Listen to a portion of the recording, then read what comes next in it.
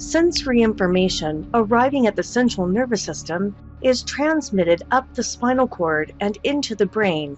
This carries information on 1. The location where the sensory information was detected, and 2. The nature of the stimulus that was detected. Each pathway carries information for a specific sensation, such as touch, pressure, or vision, from receptors in a specific part of the body. All other characteristics of the stimulus are determined by the pattern of the action potentials in the afferent fibers. This sensory coding provides information about the strength, duration, variation, and movement of the stimulus. The area monitored by a single receptor is called the receptive field. The larger the receptive field, the harder it is to localize the stimulus. For example, a touch receptor on your back may have a receptive field of 7 centimeters in diameter, while a receptor on your tongue may have a receptive field of less than a millimeter in diameter. As a result, we can describe a light touch on the back only generally, but we can be very precise about the location of a stimulus placed on the tongue. There are 2 categories of receptors: tonic receptors and phasic receptors. Tonic receptors are sensory neurons that are always active. Phasic receptors are normally inactive, but they become active for a short time whenever there is a change in conditions that they are monitoring. Phasic receptors provide information on the intensity and rate of change of a stimulus. Adaptation is a reduction in sensitivity in the presence of a constant stimulus. There are both peripheral adaptations and central adaptations. Peripheral or sensory adaptation is when a receptor or sensory neuron alters its level of activity. The receptor responds strongly at first, but then the activity along the afferent fiber gradually declines because of synaptic fatigue. Phasic receptors are fast to adapt, whereas tonic receptors are slow to adapt. Central adaptation occurs at the subconscious level. Central adaptation restricts the amount of information arriving at the cerebral cortex. The sensory information arriving at the central nervous system is called a sensation. A perception is a conscious awareness of a sensation.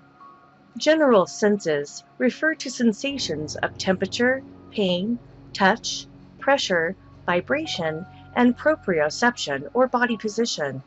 General sensory receptors are distributed throughout the body. The special senses are smell, taste, equilibrium, hearing, and vision. The specialized receptors providing these sensations are structurally more complex than those of the general senses. These receptors are localized within complex sensory organs, such as the eye or ear. General sensory receptors are divided into 3 classes: exteroceptors, proprioceptors, and interoceptors. Exteroceptors provide information about the external environment. Proprioceptors monitor body position, and interoceptors monitor the conditions inside the body.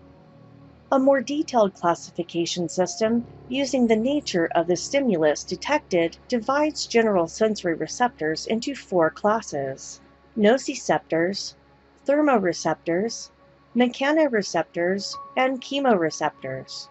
Nociceptors respond to a variety of stimuli associated with tissue damage. Activation of these receptors causes the sensation of pain.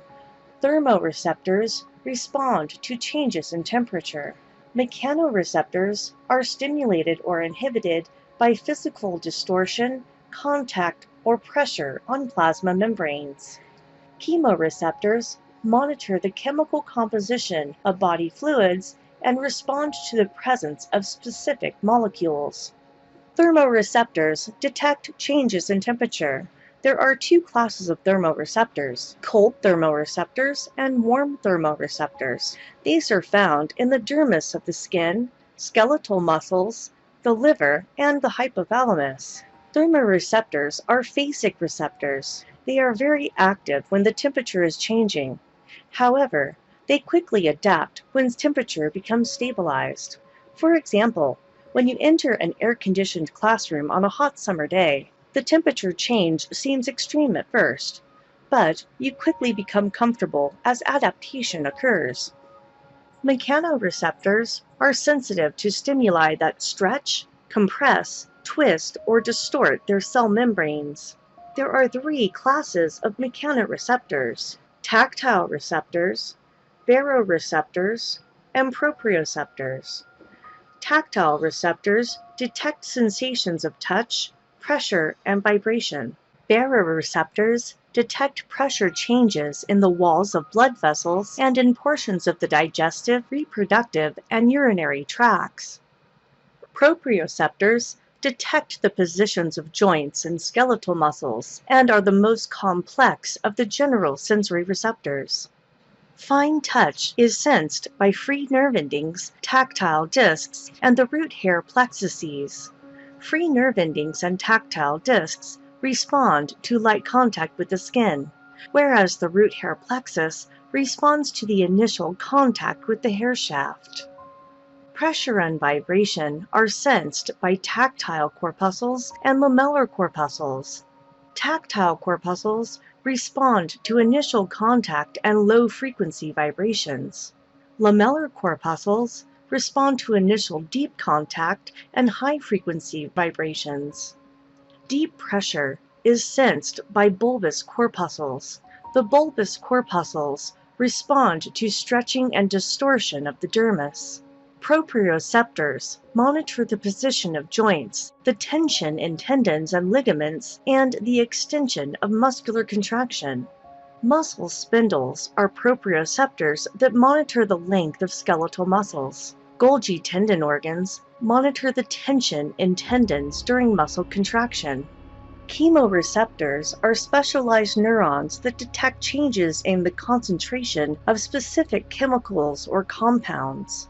For example, chemoreceptors in and near the respiratory centers of the medulla oblongata are sensitive to changes in pH and carbon dioxide levels. Chemoreceptors of the carotid bodies and aortic bodies are sensitive to changes in pH, concentrations of carbon dioxide, and concentrations of oxygen in the blood.